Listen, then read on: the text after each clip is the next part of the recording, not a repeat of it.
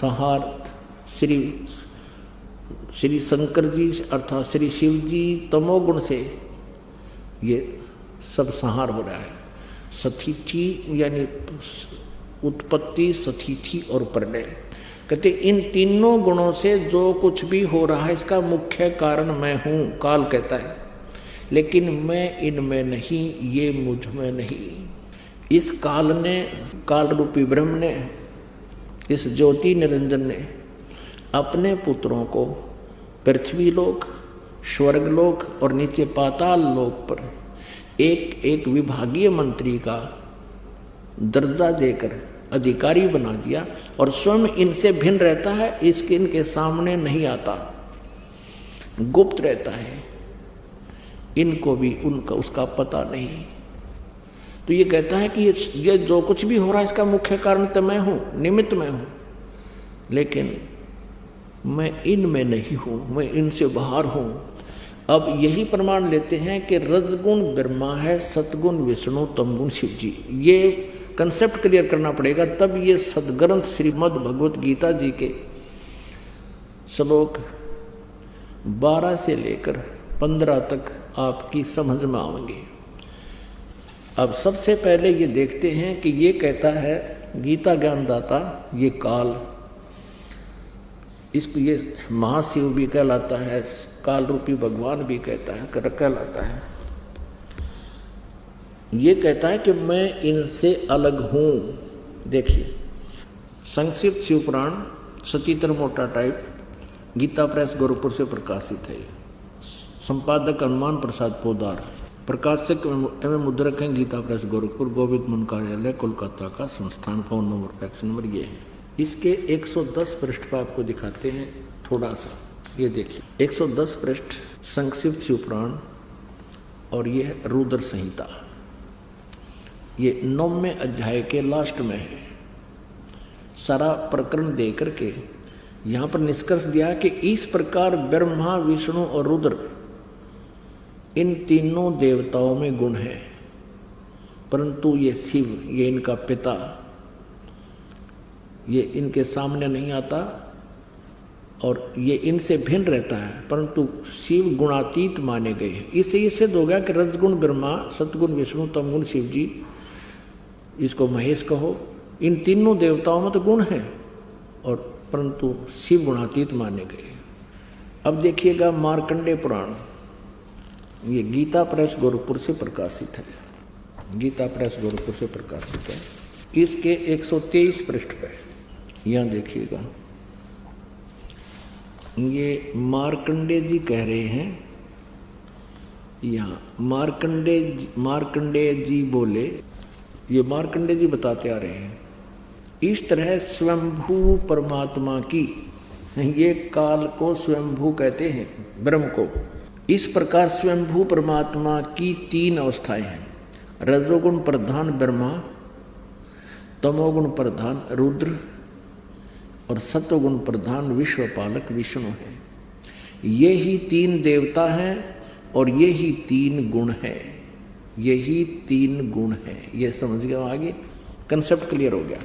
और क्लियर करते हैं इसको, क्योंकि ये आध्यात्मिक ज्ञान है और यदि इसमें जरा सा भी कच्चापन रह गया तो ये नकली गुरु अज्ञानी जनता को भ्रमित कर देंगे।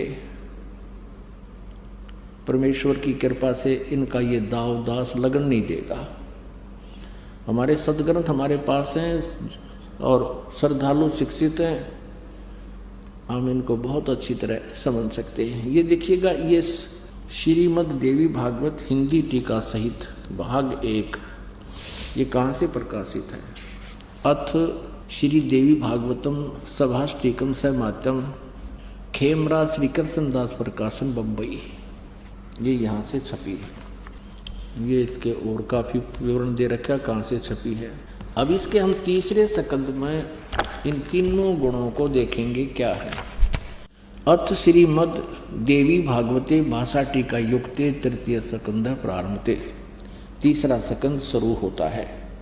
अब देखना इसके 11 पृष्ठ पर, देवी भागवत 11 पृष्ठ, भाषा टीका युग तृतीय स्कंद अध्याय 5 का, और मंत्र नंबर हम 8 पढ़ेंगे, पहले हिंदी पढ़ेंगे फिर संस्कृत। ये 7वां समाप्त हुआ, 8वां प्रारंभ होता है। हे माता, यदि हमारे ऊपर सदा आप दयायुक्त हो तो हमको तमोगुण में किस प्रकार प्रदान किया है। विष्णु भगवान शंकर शिव जी बोल रहे हैं, हमको तमोगुण में किस प्रकार प्रदान किया है। और ब्रह्मा रजोगुण और हरि, विष्णु जी को हरि बोलते हैं, सतगुण युक्त क्यों किया है। अब हम संस्कृत देखेंगे। ये देखिएगा, ये 8वां श्लोक है। यदि दया धर्मना न सदा अंबिके कथम अहम विहित है। भगवान शंकर कह रहे हैं कि मुझे क्यों बना दिया, कथम माने किस लिए, तमोगुण है, तमोगुण क्यों बना दिया। कमल से उत्पन्न होने वाले ब्रह्मा जी को रजोगुण संभव है, रजोगुण क्यों उत्पन्न कर दिया। सुवित किमु सतोगुण हरि, और विष्णु जी को आपने सतोगुण क्यों बना दिया। अब इससे स्पष्ट हो गया, रजगुण सतगुण तमगुण ये तीनों देवता, रजगुण ब्रह्मा जी, सतगुण विष्णु जी, तमगुण शिव जी। और यही परमेश्वर ने अपनी अमृतवाणी में, सच्चिदानंद घन ब्रह्म की वाणी में 600 वर्ष पहले बता रखा था, जो आज इन सदग्रंथों में प्रमाणित हुआ। अब देखिएगा फिर श्रीमद् भगवद गीता जी के अध्याय नंबर 7 के श्लोक 12 से लेकर 15 तक पढ़ेंगे। आसानी से हमारे ये हृदय में समा होगा ये ज्ञान। देखिए, श्रीमद् भगवद गीता, गीता प्रेस गोरखपुर से प्रकाशित है। जयदयाल गोविंद का इसके अनुवादक है। अध्याय 7 और श्लोक नंबर 12 यहाँ से शुरू होता है। ये 12 है। और भी जो सतोगुण से उत्पन्न होने वाले भाव हैं, और जो रजोगुण से, सतोगुण से सतीथि, रजोगुण से उत्पत्ति और तमोगुण से विनाश होने वाले भाव हैं, उन सबको मुझसे ही होने वाले हैं ऐसा जान। क्योंकि काल को श्राप लगा हुआ है 1 लाख मानव शरीरधारी जीवों के खाने का। अब ये क्या कहता, परंतु वास्तव में उनमें मैं और वे मुझ में नहीं हैं। अब 13वें श्लोक में क्या कहा है, गुणों के कार्य रूप सात्विक, राजस और तामस, इन तीनों प्रकार के भावों से ये सारा संसार, प्राणी समुदाय मोहित हो रहा है। यानी तीनों गुणों में, रजगुण ब्रह्मा, सतगुण विष्णु, तमगुण शिव जी के ऊपर ही आसक्त है। इन तीनों गुणों से परे, रजगुण ब्रह्मा जी, सतगुण विष्णु जी, तमगुण शिव जी से परे मुझ अविनाशी को नहीं जानता। ये काल कह रहा है, ब्रह्म कह रहा है। अब 14-15 में कमाल कर दिया है। गीता जी अध्याय नंबर 7 और 14 श्लोक में क्या कहा है, क्योंकि यह अलौकिक अर्थात अति अद्भुत त्रिगुणमयी मेरी माया, रजगुण ब्रह्मा, सतगुण विष्णु, तमगुण शिव जी के द्वारा फैलाया गया जाल, ये बड़ी दुस्तर है, ये बड़ी खतरनाक है। जो पुरुष मुझको ही निरंतर भजते हैं, केवल मुझको ही भजते हैं, वे इस माया को तरंती तर जाते हैं, यानी इनसे ऊपर उठ जाते हैं। फिर वो इनकी भक्ति नहीं करते। ब्रह्मा विष्णु महेश की गीता ज्ञानदाता ब्रह्म कह रहा है, काल कह रहा है, मेरी भक्ति करते हैं। अब यहाँ बताते हैं, वो इनसे ऊपर उठ जाते हैं, जो मुझे भजते हैं, इनसे अच्छा लाभ मिलता है। अब 15वें में कमाल कर दिया गीता ज्ञानदाता ने। इस माया के द्वारा, यानी रजगुण ब्रह्मा, सतगुण विष्णु, तमगुण शिव जी तक जिनकी बुद्धि सेट होगी, इससे आगे कोई सुनने को तैयार नहीं है। इन्हीं से जो लाभ मिल रहा है उसी में ये आरूढ़ हैं। तो कहते हैं जिनका ज्ञान हरा जा चुका है, रजगुण ब्रह्मा विष्णु महेश तक की जो सीमित हैं, इन्हीं पर आसक्त हैं, जिनका ज्ञान इनके द्वारा हरा जा चुका है। रजगुण ब्रह्मा, सतगुण विष्णु, तमगुण शिव जी के जो पुजारी हैं, उनके विषय में कहा है, वो असुर स्वभाव को धारण किए हुए मनुष्यों में नीच और दूषित कर्म करने वाले मूर्ख मूढ़ लोग मुझको नहीं भजते।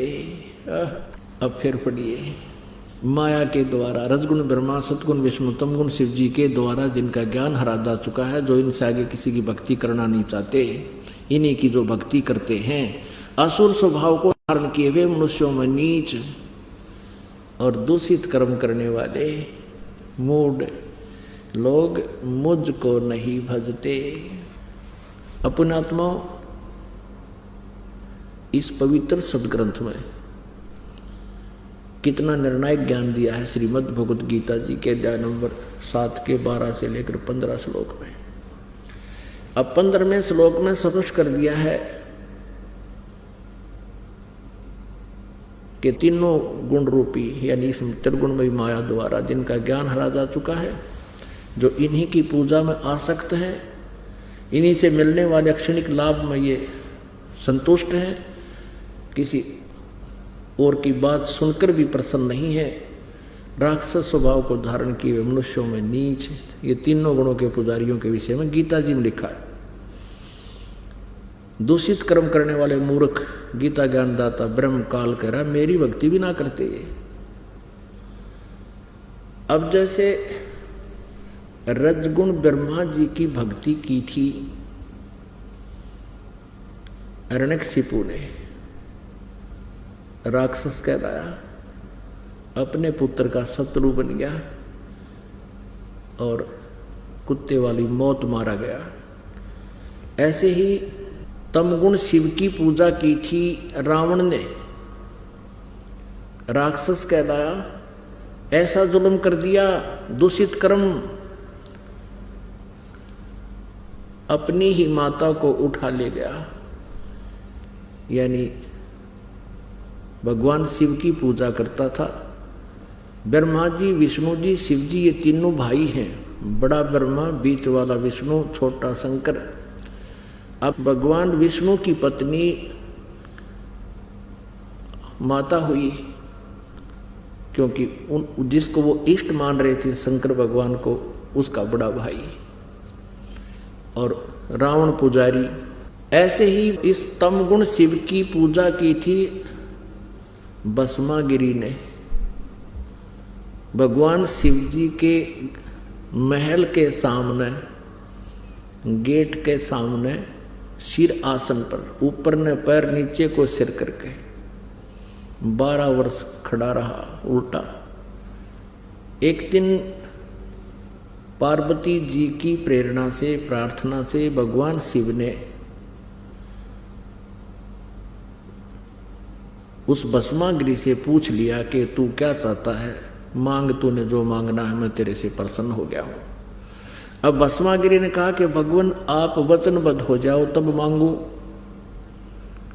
भगवान शिव जी ने सोचा भी तपस्वी आदमी है, के मांगेगा, एक सिद्धि मांग लेगा, दे दूंगा। भगवान शिव जी ने कहा ठीक है भाई, मांग ले, मैं वचनबद्ध हो गया। तभी उसने वो साधना त्याग दी, खड़ा हो गया और कहा कि आप अपना भस्म कंडा दे दो।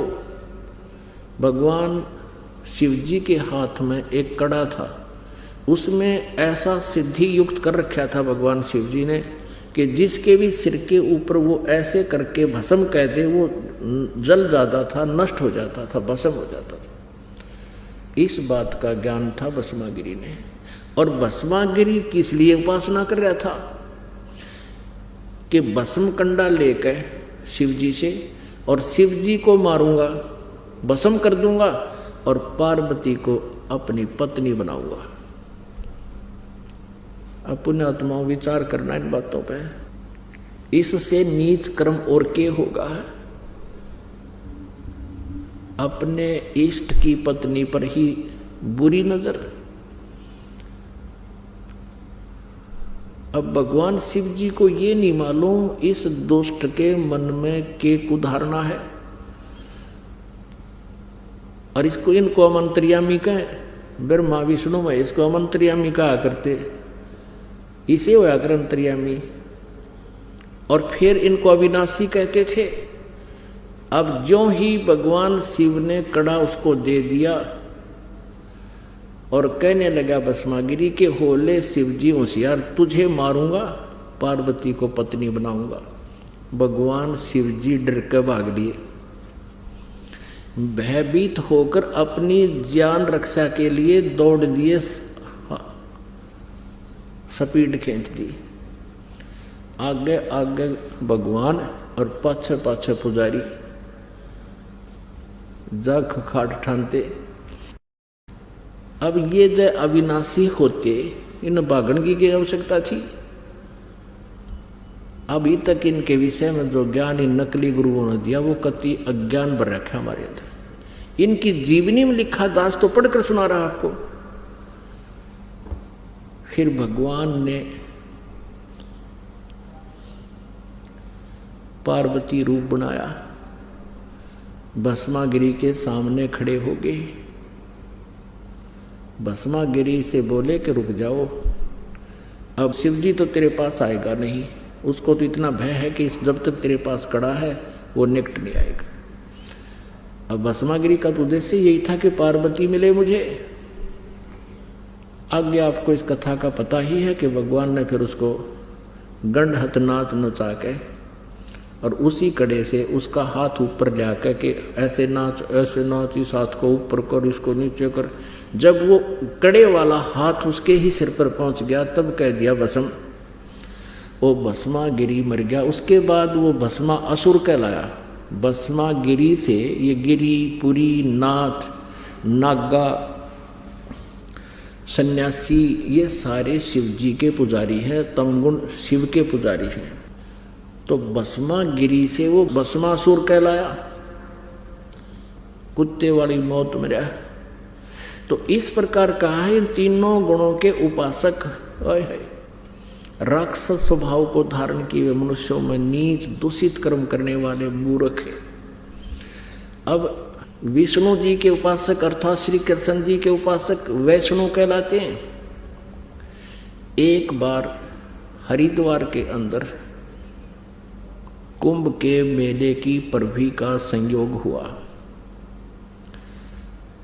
उस समय ये सभी ये त्रिगुण उपासक, ये षटदर्शनी भी बोलते हैं इनको, ये 6 प्रकार के जैसे गिरी, पुरी, सन्यासी, वैष्णु, नागा, कनपाड़े, नाथ, ये इस प्रकार 6 प्रकार के ये अलग अलग इनके वैरायटी होती है, षटदर्शनी कहते हैं इनको। ये पहुंच गए वहाँ हरिद्वार में और वहाँ ये अलग अलग अपने अपने ग्रुप में खड़े इकट्ठे हो जाते हैं। गिरी अलग, पुरी अलग, सन्यासी न्यारे, नागा न्यारे और वैष्णु अलग से। और जिस समय परभी का समय निर्धारित होता है उस समय उस सरोवर या दरिया में, जैसे हरिद्वार में हर की पैड़ी पर परभी लगी थी, हर की पैड़ी पर स्नान करने के लिए चल पड़े ग्रुप के ग्रुप, कोई 1000 ग्रुप। सबसे पहले नागा पहुंच गए, बिल्कुल निवस्त्र रहते हैं, वो भी भगवान तमोगुण शिव के उपासक हैं। हर की पैड़ी पर पहुंच गए, स्नान करने की पोजीशन में खड़े हो गए। पीछे से ये सतगुण विष्णु जी के उपासक वैष्णु संत आ गए। इन्होंने देखा कि नागा सबसे पहले नहाने को तैयार हैं गंगा में, हर की पैड़ी में। तो वैष्णव ने कहा कि हम सर्वश्रेष्ठ हैं, नागाओ तुम बाद में स्नान करना, प्रथम हम स्नान करेंगे। अब नागा कहने लगे कि हम सर्वश्रेष्ठ हैं, हम त्यागी और वैरागी हैं, हम निवस्त्र रहते, हमें कोई इच्छा नहीं संसार की, हम सर्वश्रेष्ठ हैं, प्रथम स्नान हम करेंगे। अब वैष्णु साधु कहने लगे तुम शरण फिरडो, टट्टी के हाथ भी ना धोते, पशु की तरह नंगे फिरते हो, राख लपेट रखी, तुम काहे के श्रेष्ठ हो, बाहर आओ, पहले हम स्नान करेंगे। अब स्नान करना तो भूल भाल गए, भगवान भी भूल गए, हर की पैड़ी भी ना याद रही, आपस में झगड़ने लगे। वो उसका तलवार मारे, कोई तीर मारे, कोई बुड़का भर के काटे उनको आपस में, मुक्का मुक्का। यानी 25,000 ये त्रिगुण उपासक, ये त्रिगुणमयी माया के उपासक, रजगुण ब्रह्मा, सतगुण विष्णु, तमगुण शिव जी के, ये 25,000 तमगुण और सतगुण उपासक आपस में लड़कर कट मरे वहां पर। इसके बारे में सूक्ष्म वेद में बताया है, सच्चिदानंद घन ब्रह्म की वाणी में बताया है। तीर तुपक तलवार कटारी, ये जमधड़ जोर बधावे हैं। हर पैड़ी हर हेत न जाण्या, वहाँ जा तेग चलावे हैं। काटे शीस नहीं दल करुणा, ये जग में साध कवावे हैं। जो जन इनके दर्शन को जावे, उनको भी नरक पठावे हैं। ओए होए, तीर तुपक तलवार कटारी, ओए कहते डट के लठ बजावे हैं। हर पैड़ी हर हेत ना जाण्या, हर की पैड़ी कब है, और भगवान के प्रति प्यार नहीं, उनकी आपस में काट रहे हैं एक दूसरे, भगवान की आत्माओं को काट रही है एक आत्मा। हर पैड़ी हर हेत नहीं जाण्या, और वहां जाकर तेग चलावे, तेग माने तलवार, और काटे शीस नहीं दल करुणा, एक दूसरे का सिर काट रहे हैं, दिल में दया नाम की चीज नहीं, और वो जग में साधकवावे हैं। काटे शीस नहीं दल करुणा, वो जग में साधकवावे हैं। जो जन उनके दर्शन को जावे, उनको भी नरक पठावे हैं। जब ये स्वयं ही इस प्रकार के क्रोधी कसाई टाइप हैं, तो उनके अनुयायियों को भी फिर नरक में भिजवाएंगे, उनको भी यही शिक्षा देंगे, काट दे मार दे। ये कोई साधुओं के लक्षण होते हैं? पुणात्माओं, हमने सदग्रंथों को समझा नहीं, क्योंकि जिनको हम विद्वान समझते थे वो कोरे अज्ञानी थे। अब ये तो प्रसंग हो गया कि गीता ज्ञान दाता इन तीनों गुणों, रजगुण ब्रह्मा, सतगुण विष्णु, तमगुण शिव जी, यानी तीनों देवताओं की भक्ति करने वालों को क्या बता रहे हैं? राक्षस स्वभाव को धारण किए। और के कसर राक्षस से बुंडेत है, राक्षस स्वभाव को धारण किए हुए मनुष्यों में नीच दूषित कर्म करने वाले और मूर्ख। बता किस बात पर लड़े थे ये? एक नहाने के ऊपर, स्नान के ऊपर। इनसे अच्छा कैरेक्टर तय आम आदमी का होगा जो भक्ति भी ना करता। जैसे कहीं कोई बैठे हैं, स्नान कर रहे हैं किसी घाट पर, और कोई व्यक्ति आ जाता है पीछे से स्नान करने वाला, आम व्यक्ति भी ये कहता आ जाओ आप भी नहा लो, लो आ जाओ मैं थोड़ा सा इधर हो देता हूँ, आप भी स्नान कर लो। अरे ये नहीं होगा, हम श्रेष्ठ पहले नहाएंगे। अरे पहले पाछे में के गंगा का पानी खत्म हो जाना था, या कोई वो मलिन हो जाना था वो जल, इतनी अकल नहीं लोगों में। अरे ये साधु संत कमावे और दुनिया न बरमावे, अभी तक लगे हुए हैं दुनिया जनता के, श्रद्धालुओं के जीवन नष्ट करने में। अब तीनों देवताओं की जो पूजा करते हैं, ये गीता ज्ञानदाता ब्रह्म कह रहा है, वो नहीं करनी चाहिए। श्रीमद् भगवत गीता जी अध्याय नंबर 7 के 12 से लेकर 15 आपने पढ़ लिए। अब 7वें अध्याय के 16, 17, 18 3 श्लोकों में गीता ज्ञान दाता अपने साधकों की जानकारी देता है। उसके बाद 19 में अन्य जानकारी है, अभी आपके समक्ष बताएंगे। और फिर 20, 21, 22 और 23 में गीता ज्ञान दाता फिर उन्हीं तीनों गुणों, रजगुण ब्रह्मा, सतगुण विष्णु, तमगुण शिव जी, यानी इन तीनों देवताओं की साधना को गलत बता रहे हैं। अब देखिएगा, श्रीमद् भगवत गीता, गीता प्रेस गोरखपुर से प्रकाशित है और जय दयाल गोविंद का इसके अनुवादक है। ये 7वां अध्याय और श्लोक नंबर 20। उन भोगों की कामना द्वारा जिनका ज्ञान हरा जा चुका है, यानी तीनों देवताओं से जो लाभ मिलना है उसके कारण अपने स्वभाव से प्रेरित होकर उस नियम को धारण करके अन्य देवताओं को भजते हैं, पूजते हैं। और 21 में क्या बताया फिर?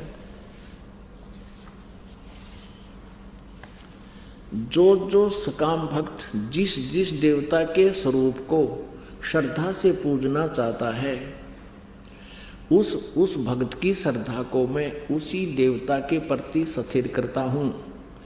यानी जो विष्णु की साधना करता है, विष्णु रूप धारण करके आ जाता है। जो शिव जी की पूजा करता है, शिव जी का रूप धारण करके आ गया और उनके छोटे मोटे काम कर दिए ताकि वो लगे रहें। अच्छा, 22 में क्या कहा है? वह पुरुष उस श्रद्धा से युक्त होकर उस देवता का पूजन करता है और उस देवता से मेरे द्वारा ही विधान किए हुए उन इच्छित भोगों को निसंदेह प्राप्त करता है। अब इसने तीनों अपने पुत्रों को एक एक विभाग दे रखा है, इनको भी थोड़ी थोड़ी शक्ति दे रखी है, और वर्क डन ही ये दे सकते हैं तीनों, केवल जो जैसा करता वैसा।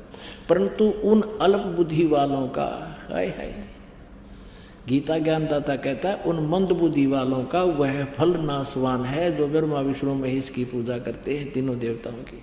वे देवताओं को पूजने वाले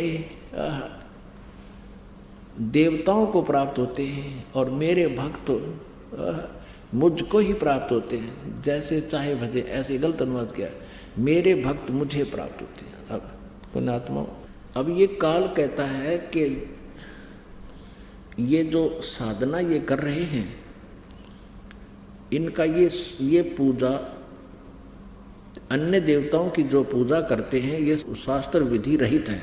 अब देखिएगा अध्याय नंबर 9 के कुछ श्लोक आपको दिखाते हैं।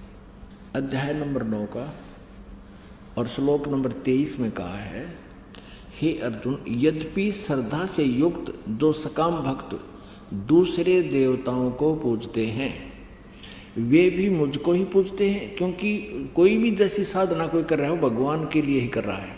तो ये कह रहा काल गीता ज्ञानदाता कि वो भगवान की पूजा के लिए ही कर रहे हैं, किंतु उनका वह पूजन अविधि पूर्वक अर्थात अज्ञान पूर्वक है। अब कहते हैं वो अविधि पूर्वक, शास्त्र विधि को त्याग कर मनमाना आचरण है। अपने आत्माओं, इस पवित्र सदग्रंथ को समझने के लिए हमने थोड़ा सा विशेष ध्यान देना पड़ेगा। अब यहाँ गीता ज्ञानदाता 11वें अध्याय के 47-48 में कह रहा है कि ये मेरा वास्तविक रूप है, जो विराट रूप दिखा रखा था, और मेरी प्राप्ति इसके दर्शन अर्थात काल प्राप्ति न वेदों वर्णित विधि से, न किसी जप से, न तप से, न क्रिया से, किसी से भी वो नहीं हो सकता। तो इससे क्या सिद्ध हुआ कि गीता जी यानी वेदों में वर्णित विधि ओम नाम है। ओम के जाप से कहाँ जाता है? ब्रह्मलोक में, वो महास्वर्ग है। लेकिन वो दर्शन नहीं देता वहाँ ये काल इनको, वो सिर्फ इसीलिए इसको निराकार माना जाता है। ये खुद कहता मैं वहाँ अव्यक्त हूँ, मैं अपनी योग माया से छुपा हुआ हूँ, 7वें अध्याय के 24-25 में। और ये मूर्ख जन समुदाय मुझे कृष्ण मान रहे हैं, व्यक्ति रूप माया हुआ मान रहे। मैं व्यक्ति नहीं हूँ, मैं तो अव्यक्त रहता हूँ। मैं कभी इस रूप में कभी अपने वास्तविक रूप में किसी के सामने नहीं आता। अब यहाँ देखिएगा 9वें अध्याय का 20वां श्लोक, अध्याय नंबर 9 का श्लोक नंबर 20। तीनों वेदों में विधान किए हुए सकाम कर्मों, इस सकाम सुकुम कुछ नहीं, तेना अपने आप पढ़ा रखें। तीनों वेदों में विधान किए हुए और सोम रस को पीने वाले पाप रहित पुरुष मुझको यज्ञों के द्वारा पूजकर स्वर्ग की प्राप्ति चाहते हैं। वे पुरुष अपने पुण्यों के फल रूप स्वर्ग लोक को प्राप्त होकर स्वर्ग में दिव्य देवताओं के भोगों को भोगते हैं। 21 में वे उस विशाल स्वर्ग लोक को भोगकर पुण्य अक्षीण होने पर मृत्यु लोक को प्राप्त होते हैं। इस प्रकार तीनों वेदों में कहे वे सकाम कर्म आश्रय लेने वाले भोगों की कामना वाले पुरुष बार बार आवागमन को प्राप्त होते हैं, अर्थात पुण्य के प्रभाव से स्वर्ग में जाते हैं, पुण्य क्षीण होने पर मृत्यु लोक में जाते हैं। 22 में कहा है, जो अनन्य प्रेमी भक्तजन मुझ परमेश्वर को निरंतर चिंतन करते हुए निष्काम भाव से बचते हैं, नित्य निरंतर मेरा चिंतन करने वाले पुरुषों का योग अक्षेम मैं स्वयं प्राप्त कर देता हूँ, यानी उनकी भक्ति की मैं रक्षा करता हूँ। बस आगे फिर 23 में कहा है, हे अर्जुन, यद्यपि श्रद्धा से युक्त जो सकाम भक्त, सकाम सुकुम नहीं, जो भक्त दूसरे देवताओं को पूजते हैं, वे भी मुझको ही पूजते हैं, किंतु उनका वह पूजन अविधि पूर्वक है, यानी शास्त्र विदिता का मनमाना आचरण है। अब पुण्यात्मा, अब हम 16वें अध्याय के 23वें श्लोक को आपको दिखाते हैं। श्रीमद् भगवद गीता अध्याय 16 और श्लोक नंबर ये 23। जो पुरुष शास्त्र विधि को त्याग कर अपनी इच्छा से मनमाना आचरण करता है, मनमानी पूजाएं करता है, वह न सिद्धि को प्राप्त होता है, न परम गति को और न सुख को ही। व्यर्थ शास्त्र विधि को त्याग कर जो अविधि पूर्वक साधना करते। अब 16 में जाएगा 24 में। इससे तेरे लिए कर्तव्य और अकर्तव्य की व्यवस्था में शास्त्र ही प्रमाण है। ऐसा जानकर तू शास्त्र विधि से नियत यानी शास्त्र कर्म ही करने योग्य है, शास्त्र विधि से नियत यानी शास्त्र अनुकूल साधना ही करने योग्य है, करनी चाहिए। अब 17वां अध्याय के प्रथम श्लोक में प्रश्न किया अर्जुन ने। अब 17वां अध्याय है और प्रथम श्लोक में, हे कृष्ण, क्योंकि ये कृष्ण मान रहा था अर्जुन, जो मनुष्य शास्त्र विधि को त्याग कर श्रद्धा से युक्त हुए देव आदि का पूजन करते हैं, उनकी स्थिति फिर कौन सी है? सात्विक है अर्थात राजसी है या तामसी? 17वें के दूसरे में कहा है, मनुष्यों की वह